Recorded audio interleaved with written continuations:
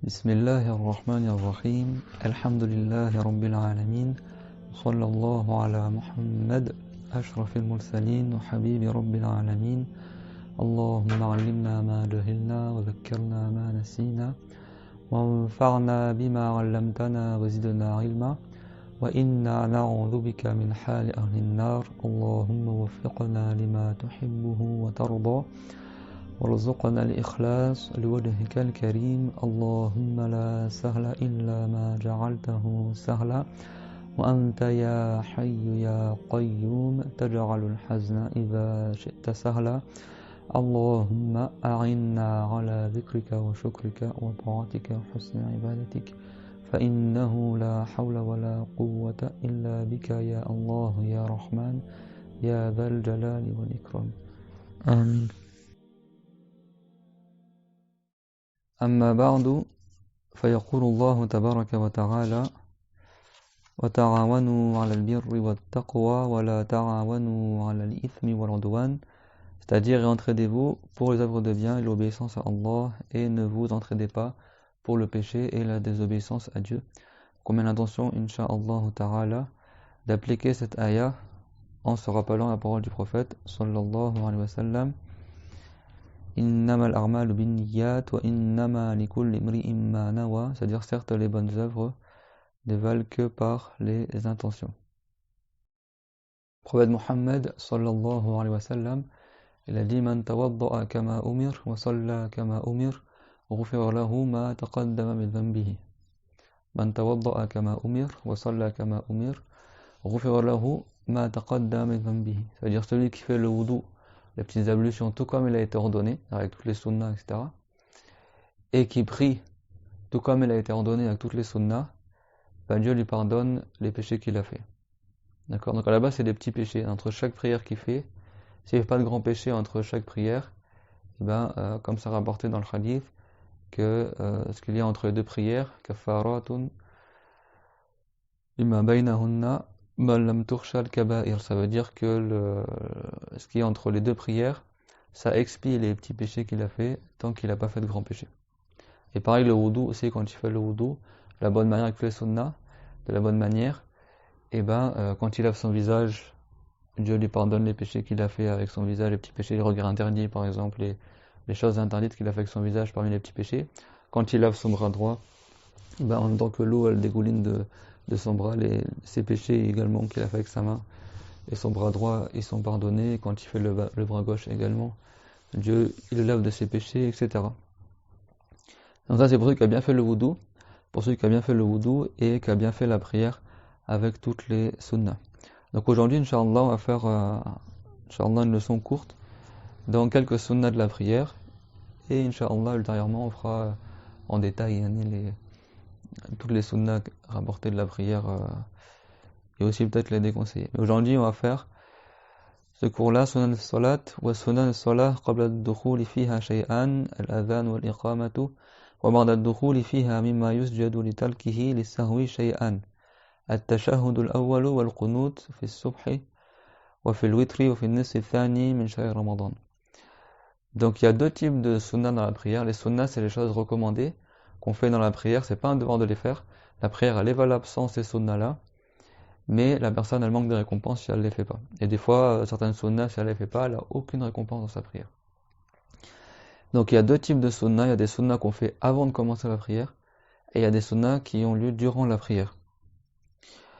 Donc, les sunnahs qui sont avant la prière, qui précèdent la prière, c'est deux choses.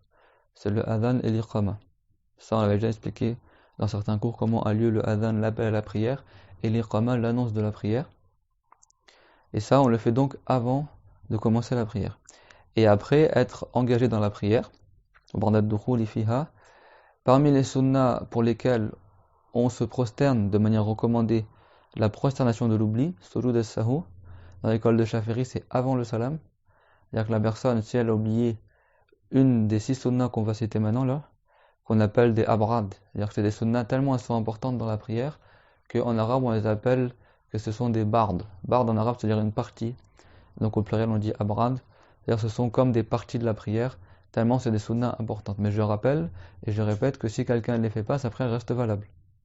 Mais s'il ne le fait pas volontairement ou il oublie ces 6 sunnas-là qu'on appelle les bardes ou les abrad au pluriel, c'est recommandé qu'il fasse ce qu'on appelle sujud as-sahou, la prosternation de l'oubli, c'est-à-dire quand il oublie une de ces sunnas-là. Mais même s'il les délaisse volontairement, il se prosterne quand même. Prosternation de l'oubli qui sont 2 prosternations qu'il fait avant de passer le salam. C'est-à-dire qu'il fait le tashahhud et avant de passer le salam, il se prosterne une fois, il s'assoit, il se prosterne une fois, il s'assoit et après assalamu alaikum, il passe le salam. D'accord? Dans l'école de Shafi'i, c'est toujours avant de passer le salam. Dans l'école de Malik, eux, si tu as enlevé quelque chose dans la prière involontairement, quand tu enlèves, tu te prosternes avant le salam, et si tu as rajouté, sans faire exprès, par exemple, tu avais un doute au niveau de la raka, donc tu as rajouté une raka par exemple, si tu rajoutes quelque chose dans la prière parce que tu as oublié quelque chose, et ben là tu te prosternes après le salam. D'accord? Mais ça, c'est pas le détail que nous on étudie dans l'école de Shafi'i. L'école de Shafi'i, c'est toujours avant le salam.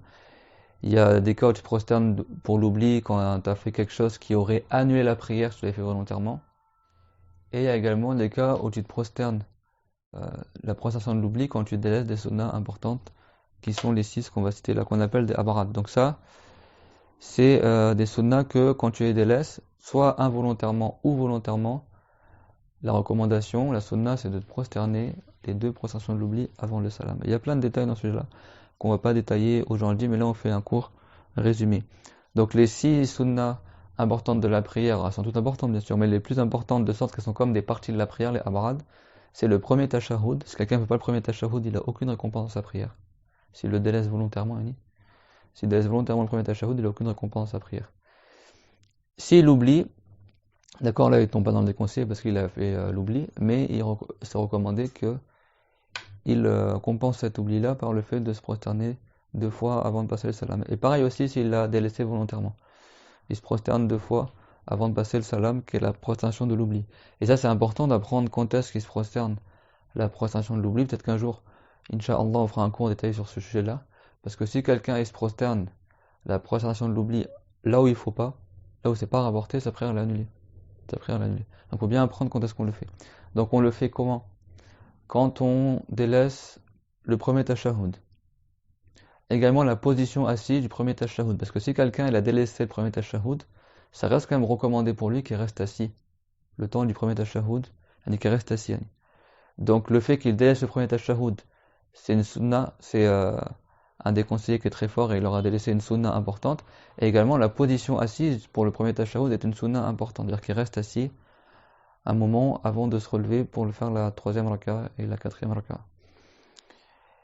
Également le fait de délaisser Dora al-Qunut. Dora al-Qunut en arabe c'est-à-dire l'invocation en bien. Quand tu fais le subor, c'est recommandé dans la 2e raka quand tu te relèves de l'inclination. Tu dis Samir Allah liman hamida et après tu lèves tes mains et tu fais ce qu'on appelle Dora al-Qunut. Allahumma hdini fi man hadayt wa afini fi man rafayt jusqu'à la fin de la Dora. Alors si tu es tout seul, tu dis ihdini, si tu es plusieurs, tu dis ihdina si tu fais imam. Et ça, Inch'Allah, dans un cours, on détaillera en détail qu'est-ce que tu dis, les sunnas, etc. Mais tu lèves les mains et quand tu termines Dora al-Qunut, c'est pas rapporté que tu frottes ton visage et juste tu baisses les mains. D'accord? Mais c'est pas haram de frotter son visage pour que la baraka aille sur ton visage, mais ce qui est rapporté dans la prière, c'est que tu le fais pas. D'accord? Tu lèves les mains et c'est pas rapporté que tu frottes le visage. Mais n'importe quelle dora de bien, n'importe quelle invocation de bien, par exemple si quelqu'un dit Rabbana atina fid dunya hasana fil akhirati hasana qina adhab an-nar, quelle invocation parmi lesquelles le prophète Hassan la faisait le plus. C'est-à-dire que tu demandes à Allah que t'accordes un bienfait dans le bas monde et bienfait dans l'au-delà que le paradis et de préserver du châtiment de l'enfer. Ça également, ça compte comme Dora al-Qunut. Ou n'importe quelle Dora que la personne, elle de bien, une Dora qui est une invocation de bien, qui est pas contraire à la religion, il peut le faire dans Dora al-Qunut. D'accord? Et après, il y a des détails aussi, s'il y a une épreuve qui est descendue sur les musulmans, on fait le Dora, dans chaque prière obligatoire, mais c'est autre chose. On va pas rentrer dans les détails là aujourd'hui. Mais Dora al-Qunut dans le Subor, dans la 2e raka, ça c'est parmi les sunnas très importantes de la prière. De sorte que si quelqu'un la délaisse, c'est recommandé qu'il fasse la protection de l'oubli. Sous le sahou. Également la Dora al-Qunut dans la 2e à partir de Ramadan, quand tu fais la prière du witr, d'accord, c'est recommandé à la fin du witr de faire le qunut dans la prière du witr, mais uniquement dans la deuxième moitié du mois de Ramadan.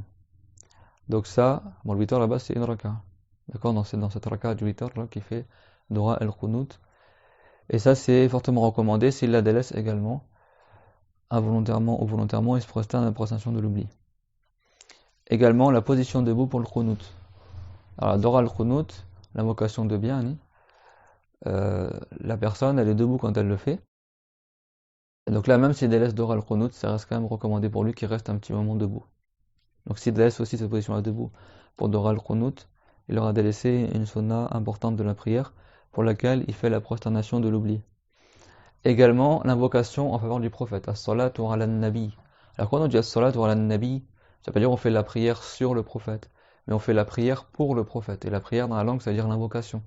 As-salah, l'arabien ma'nahu ad-dora. Et en français c'est pareil, d'accord? As-salah, en arabe ça veut dire l'invocation, ad-dora, et en français, quand tu dis la prière aussi, tu dis je prie Dieu dans le sens j'invoque Dieu. D'accord? Entre je te prie et entre je te demande. Prière de ne pas faire ça, on vous demande de ne pas faire ça. D'accord? Donc en arabe, l'invocation que tu fais pour le prophète Mohammed, alayhi salatu wassalam, on l'appelle as-salatu ala nabi, la prière pour le prophète. C'est bon? Ici c'est visé le sens de l'invocation, tu demandes à Allah, Allahumma salli ala Muhammad, dire Allah, élève en degré le prophète Mohammed alayhi salatu wassalam. Et ici bien sûr quand on dit Allahumma salli ala Muhammad, ça ne veut pas dire oh Allah prie sur le prophète ou prie pour le prophète. Dieu il n'invoque pas et Dieu il prie pas comme nous, Dieu c'est pas un humain. Mais ça veut dire oh Allah élève en degré le prophète Mohammed alayhi salatu wassalam. Parce que as-salah, il a plusieurs sens dans la langue. Ça peut être dans le sens de l'élévation en degré, ça c'est as-salah de la part de Allah, le fait que Dieu élève en degré, ou alors le fait que Dieu il fasse une miséricorde particulière à certains musulmans, comme ceux qui prient en assemblée. Les musulmans qui prient en priant en assemblée, Dieu il fait descendre des miséricordes particulières qu'il n'accorde pas aux autres musulmans. Allah tabaraka wa ta'ala, il dit Huwa alladhi yusalli alaykum wa malaikatuh. Huwa alladhi yusalli alaykum wa malaikatuh. Et Allah ta'ala, il fait la salat pour vous. Ça veut dire ici que Dieu il vous accorde une miséricorde particulière. Wa malaikatuhu, et ses anges aussi font la salat pour vous. Et ici la salat de la part des anges, ça veut dire qu'ils invoquent la miséricorde de Allah pour nous. Donc vous avez vu, si tu n'apprends pas la langue arabe et la religion, comment tu vas savoir que le mot salat il veut dire ça ici ou ici ou ici? C'est pas comme certains ignorants, ils ont pensé que quoi? Ils ont pensé que soi-disant Dieu il fait la prière comme nous, il se prosterne, il s'incline, il s'assoit, comme si Dieu était un homme. Alors comme on a dit dans les cours précédents, les grands savants du salaf, ils ont dit Dieu c'est pas un homme. C'est dans le Coran que Dieu l'a dit, que rien ne lui ressemble. Walam yakul lahu kufuwan ahad. Et le Tahawi il a dit ومن وصف الله بمعنى من معاني البشر فقد كفر فمن أبصر هذا يعتبر وعن مثل قول الكفار انزجر وعرف أنه بصفاته ليس كالبشر. Et celui qui attribue à Dieu un des attributs des humains, lui il n'est pas musulman, et celui qui a su cela, qui a vu cela, qui a compris cela, alors il en tirera leçon, et il se détournera de ce qui est tel que la parole des non-musulmans, et il saura que Allah ainsi que ses attributs ne sont pas comme l'humain, ne sont pas comme l'être humain. D'accord?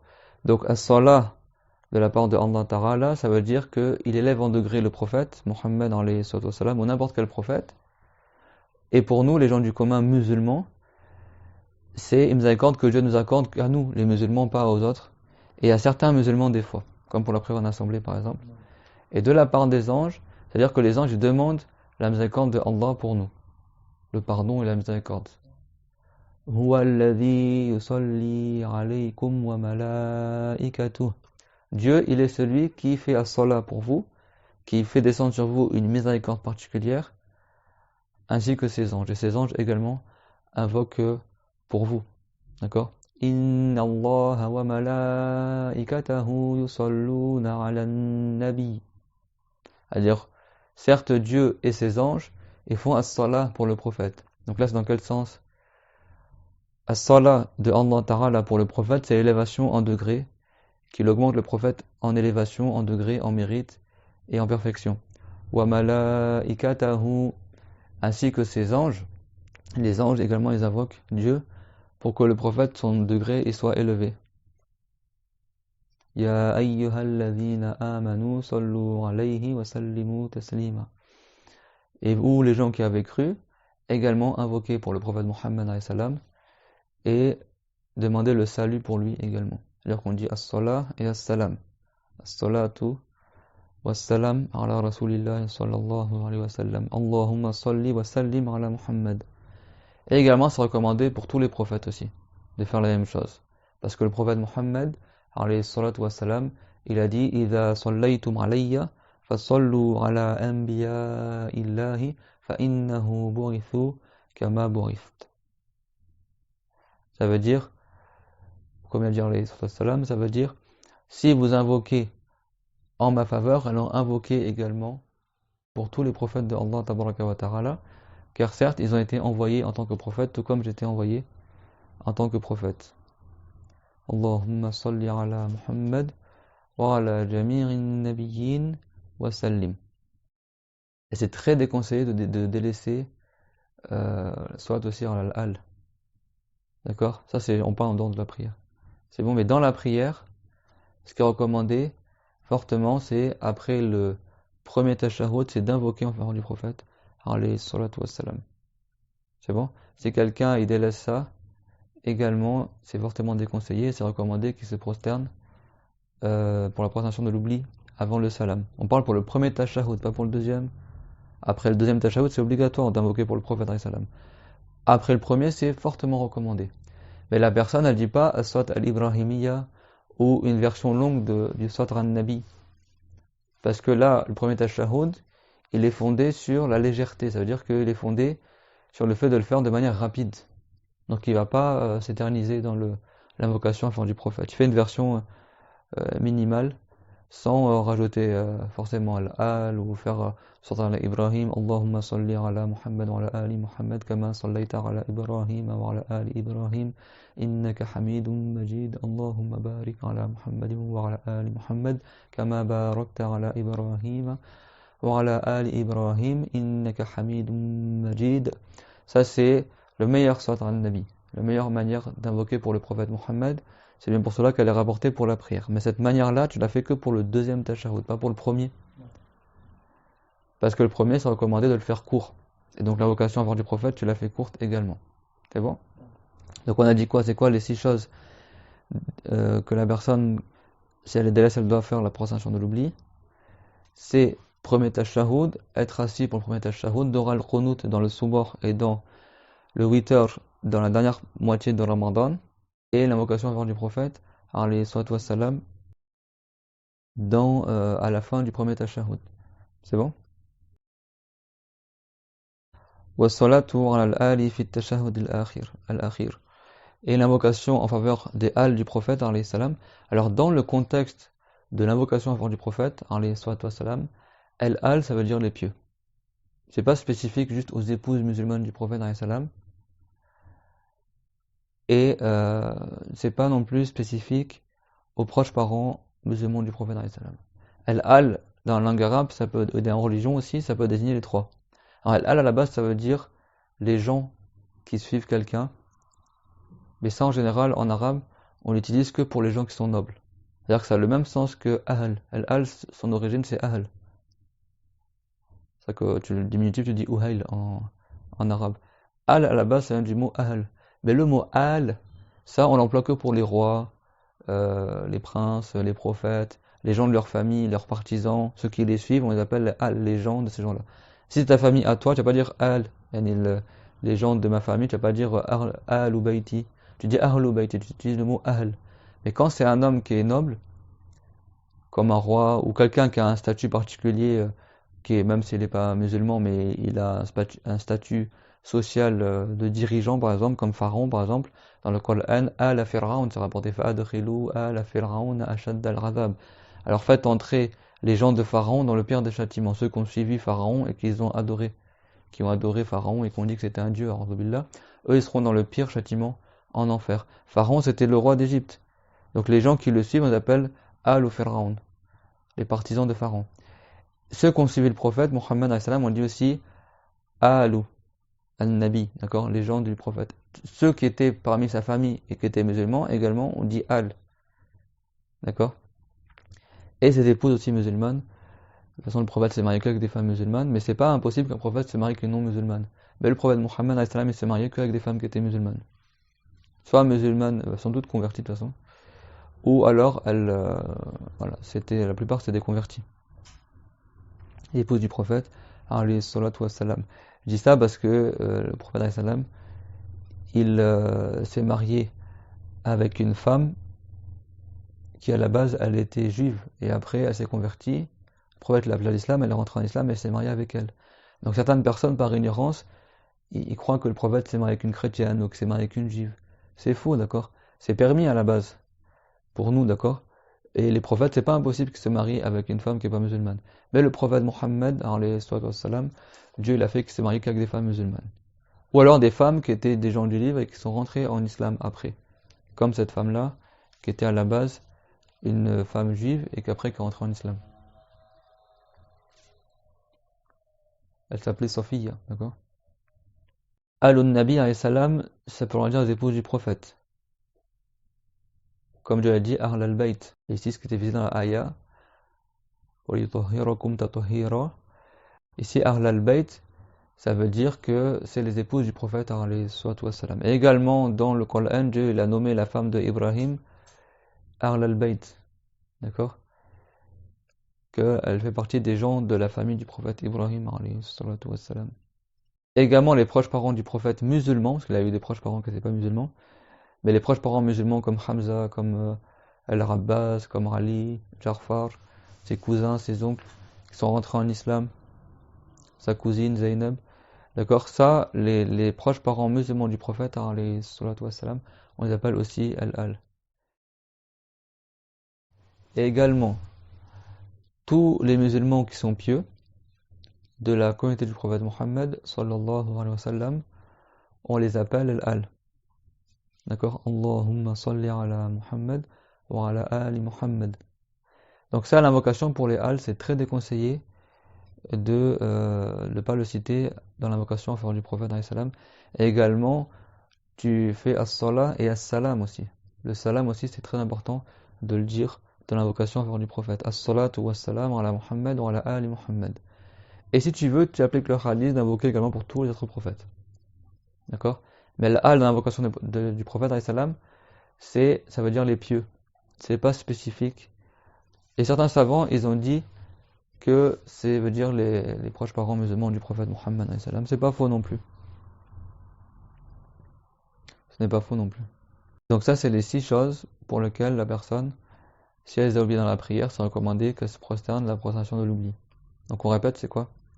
Premier tashahhud, position assise du premier tashahhud, Dora al-Qunut dans le soubor, deuxième raka, et dans le raka du witr dans la deuxième moitié de Ramadan. La position debout pour Dora al-Qunut. Après l'invocation en faveur du prophète, alayhi salam, après le premier tashahhud. Et l'invocation pour les Al après le deuxième tashahhud. Ça fait 6 en tout. D'autres savants chafarites, ils ont cité autre que cela, mais ça c'est ce qui est cité par certains chafarites. Donc si quelqu'un, il délaisse ces choses-là, eh ben il aura délaissé des sunnas importantes, et ces sunnas-là importantes, on appelle ça l'abrad. D'accord? Donc il y a 2 types de sunnas dans la prière, ce qu'on appelle les bardes, ces sunnas-là qu'on vient de citer, et les autres qu'on appelle les hayat, qui sont des sunnas aussi, importantes, mais moins importantes que les bardes et les hayat. On n'a pas le droit de se prosterner la prosternation de l'oubli. Et si quelqu'un le fait, sa prière est annulée. C'est-à-dire que s'il les a délaissés, il a manqué un bien et il ne pourra pas compenser ce délaissement de ces sunnas-là par le fait de se prosterner 2 fois avant le salam. Avant de passer le salam. C'est clair? Alors bien sûr, quand tu pries en assemblée, si tu as oublié ces choses-là et que tu pries derrière l'imam, tu ne vas pas faire la prosternation de l'oubli alors que l'imam ne l'a pas fait. Tu ne te prosternes pas de l'oubli là, parce que tu pries derrière l'imam. En revanche, si l'imam, lui, il a oublié, et qu'il s'est prosterné la prosternation de l'oubli, c'est obligatoire que toi tu te prosternes aussi comme lui, avant le salam, et si tu le fais pas, ta prière est annulée. C'est clair, même si toi t'as rien oublié. Même si toi t'as rien oublié. Mais l'imam, lui, peut-être des fois, il va se prosterner la prosternation de l'oubli, tu sais pas pourquoi il va le faire, mais tu le suis dans cela. C'est clair? Et si tu le fais pas, ta prière est annulée. Si tu le fais pas tout en suivant l'imam. C'est ça que les savants, ils ont dit, وسنن الصلاة قبل الدخول فيها شيئان الأذان والإقامة وبعد الدخول فيها مما يسجد لتركه للسهو شيئان التشهد الأول والقنوت في الصبح وفي الوتر وفي النصف الثاني من شهر رمضان. Et donc parmi les sunnahs de la prière pour lesquels on se prosterne si tu as délaissé, eh ben il y a, comme on a dit, le premier tashahhud, la dora al-qunut dans le subh et dans le 8 heures de la deuxième moitié du mois de Ramadan. Wa amma sunanuha allati la yusjadu li talkiha lis-sahwi fa kathira. Quant aux sunnahs de la prière pour lesquels la personne ne va pas se prosterner, la prosternation de l'oubli si elle les a oubliés, elles sont de nombreuses sunnahs. Et on appelle ça les hayat. D'accord? Hayat en arabe, ça veut dire les apparences, les choses apparentes que tu fais dans la prière en plus des piliers. Donc parmi elles, il y a raf'ul yadayn 'inda takbirat al-ihram wa 'inda ar-ruku' wa ar-raf' minhu. Donc parmi elles, il y a le fait de lever les deux mains lorsque tu fais le takbirat al-ihram, Allahu Akbar, quand tu rentres dans ta prière, quand tu dis Allahu Akbar, tu lèves tes mains. Et quand tu lèves tes mains, regarde de sorte que tes pouces sont au niveau de tes oreilles. C'est pas une condition que ça touche tes oreilles, mais tu lèves tes mains en direction de la qibla, avec les doigts légèrement écartés, tes mains sont en direction de la qibla, et tes pouces sont au niveau des oreilles. Même si quelqu'un n'a pas levé ses mains jusqu'au niveau des oreilles, il a juste levé ses mains ici, la sunna elle est réalisée. D'accord? Mais le plus complet, c'est que il met pas les mains comme ça, yani. Il met les mains en direction de la qibla et les pouces au niveau des oreilles et il dit Allahu Akbar. C'est bon? Donc ça c'est la sunna. Également quand il va s'incliner, la personne également elle lève les mains, d'accord? Fait Allahu Akbar et après elle s'incline. C'est bon? Et également quand elle se redresse de l'inclination, elle dit Samir Allahu liman hamidah Rabbana wa lakal hamd et elle lève ses mains également. Comme on a dit, même s'il lève un peu les mains sans lever jusqu'au niveau des oreilles, la sunna est faite, mais il n'aura pas fait la manière la plus complète, mais il a les récompenses d'avoir fait cette sunna là. C'est clair? Donc c'est pas à chaque fois qu'il passe d'un pilier à un autre, il va lever les mains. Il lève les mains quand il fait le takbir entre rituel, Allahu Akbar. Après, qu'est-ce qu'il fait? Il met la main droite sur la main gauche, comme on verra tout à l'heure, Inch'Allah. Voilà, après il récite la Fatiha, tout ça. Quand il veut s'incliner, là il relève les mains, Allahu Akbar, et après il s'incline. Et il pose ses mains sur ses genoux, ça c'est la sunna. Le mieux, dans le recours.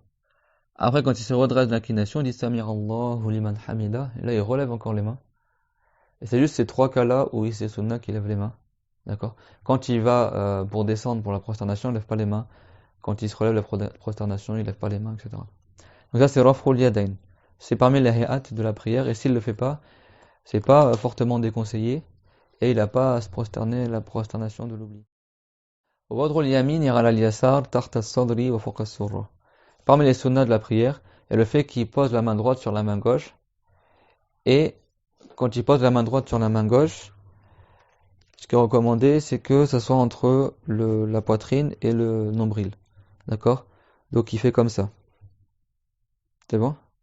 Mais quand il se relève de l'inclination, il ne remet pas ses mains. Ici, ça c'est que quand il est debout pour rester de la Fatiha et les sourates. Parce qu'il y en a, qu'est-ce qu'ils font? Quand ils se relèvent de l'inclination, après il remet ses mains comme ça, non? D'accord? La sunna, c'est de poser sa main droite sur la main gauche, et avec la paume de la main droite, il le met sur le poignet de la main gauche. Comme ça. Et il met sa main. Alors certains, ils ont dit entre le nombril et la poitrine. Certains, ils ont dit sous le nombril. Des fois, quand tu n'as pas de place sur les côtés, quand tu prends un assemblée, tu peux mettre tes coudes comme ça. Donc du coup, tu baisses plus. Ça également, la sunna est faite. Et également, certains ont dit sur la poitrine. Ça également, c'est rapporté. Les trois, c'est sunna. Soit entre le nombril et la poitrine, soit sous le nombril, soit sur la poitrine.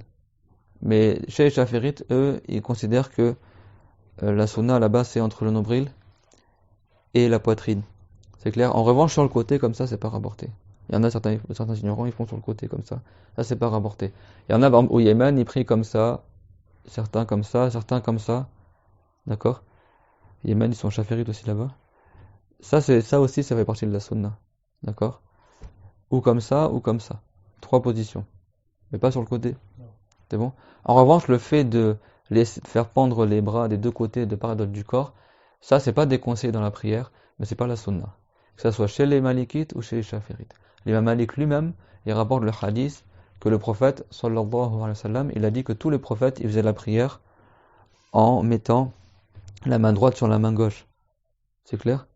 Donc le Malik ne va pas dire le contraire de ce hadith-là. Mais sauf que le Malik, durant sa vie, il a été atteint d'une maladie dans ses bras ou dans ses mains. Du coup, pendant un moment, il faisait la prière en mettant les mains de part et d'autre du corps comme ça. C'est pas déconseillé et lui, il avait une excuse. Et certains de ses élèves ils l'ont vu faire comme ça et ils ont cru que c'était comme ça la sunna. C'est ça que les actes des savants, c'est pas ça une preuve dans la religion. La preuve dans la religion, c'est ce qui est rapporté dans le Coran ou ce qui est confirmé du prophète Mohammed alayhi salatu wassalam, ou ce sur quoi sont unanimes tous les savants musulmans mujtahid. C'est ça la preuve. Alors qu'un savant, par exemple, s'il prie de telle ou telle manière, c'est pas comment le savant y fait, ça c'est une preuve dans la religion. En revanche, le prophète Mohammed alayhi salam, lui, il a dit Sallu kama ra'aytumuni usalli. Priez tout comme vous m'avez vu faire la prière. Donc le prophète alayhi salam, il nous a ordonné alayhi salatu wassalam, de prier comme lui, il a prié. Donc c'est pour ça que nous, on prend comme exemple la manière dont il priait. Mais un savant, même si c'est un pieux, même si c'est un vertueux, même si c'est l'imam Malik ou Shafi'i ou des grands saints, comme les savants des 4 écoles de jurisprudence, Abu Hanifa, Ahmed ibn Hanbal, Shafi'i, l'imam Malik, eux, ce qu'ils ont fait dans leur vie au niveau des gestes, tout ça, ne sont pas des preuves dans la religion.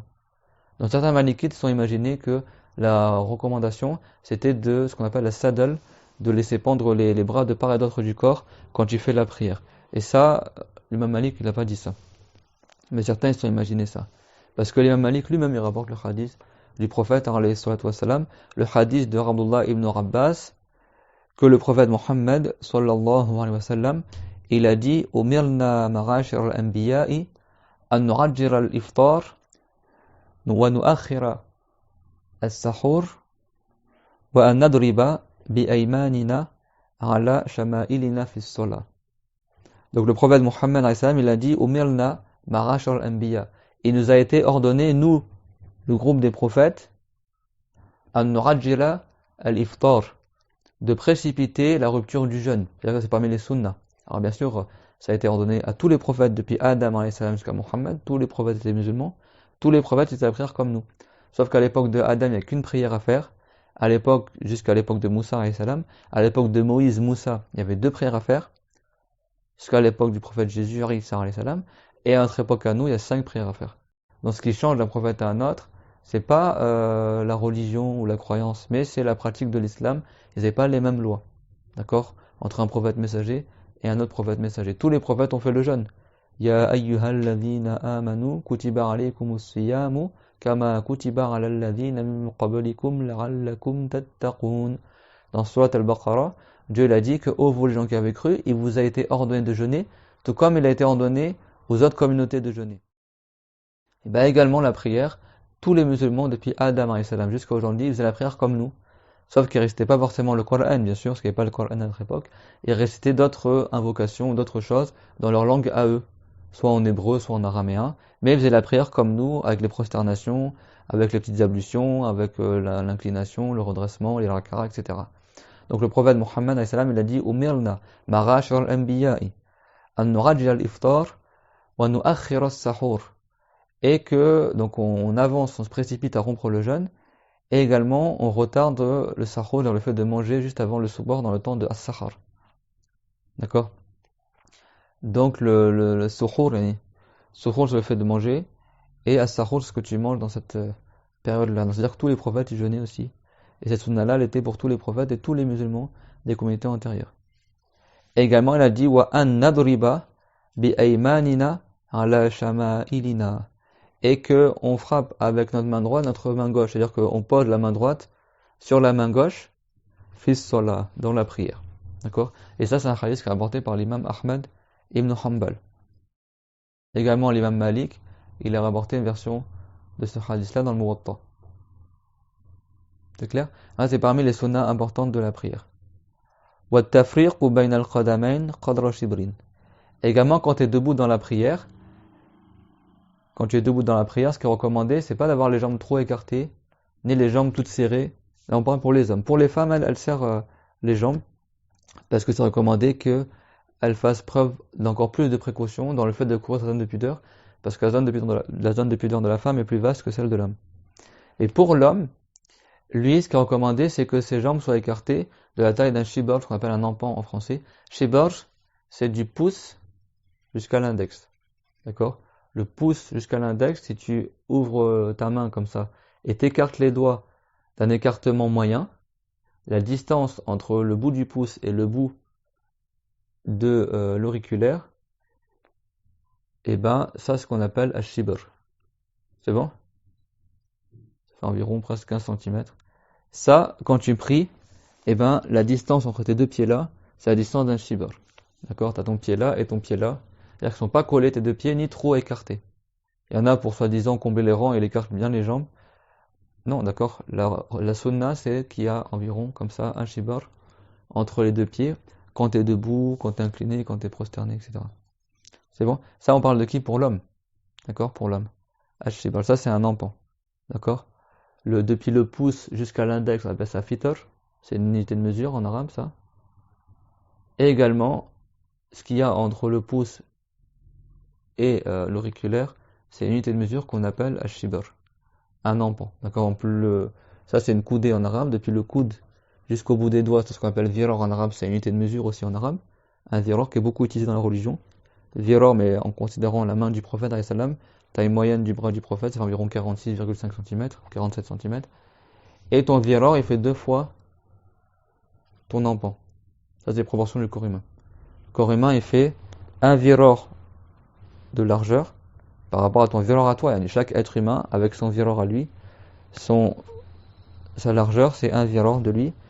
Et sa hauteur, c'est 4 virars. D'accord? À dire 1, 2, 3, 4. Jusqu'à la tête. D'accord? Donc l'être humain, il fait 4 virars de haut et 1 virar de large. Et ton virar lui-même, il fait 2 fois ton empan. Environ. Ça, c'est les proportions du corps humain. On a vu comme Subhanallah al Azim, comment Dieu l'a créé l'être humain, fi ahsani taqwim. Comme Dieu a dit dans le Coran, Dieu l'a créé l'être humain sur la meilleure des proportions. L'être humain, à la base, Adam alayhi salam, c'était la plus belle des créatures à son époque quand il a été créé au paradis. C'était le seul être humain et il y avait les anges, il y avait les djinns, il y avait le djinn plutôt, Iblis. Et Iblis, avant, il était musulman et après, il a quitté l'islam et s'est rebellé contre Allah. Il a été maudit. Il s'appelait Razazil et après, il a été nommé Iblis. Et il a été chassé du paradis et plus jamais il retournera. Mais Adam alayhi salam, quand il a été créé, c'était la plus belle des créatures. Et donc Dieu, il a dit qu'il a créé l'être humain fi ahsani taqwim, dans la meilleure des physionomies, d'accord? La meilleure des constitutions physiques. Après, bon, il y a des humains qui sont plus beaux que d'autres, mais au niveau des proportions, au niveau de comment il se tient, l'être humain, etc., ça, c'est la plus belle des physionomies. Donc ça, c'est un empan. Et donc, on continuera dans un cours prochain, Inch'Allah, la suite de certaines sunnas de la prière. وآخر دعوانا أن الحمد لله رب العالمين وصلى الله على محمد وعلى آله وصحبه وسلم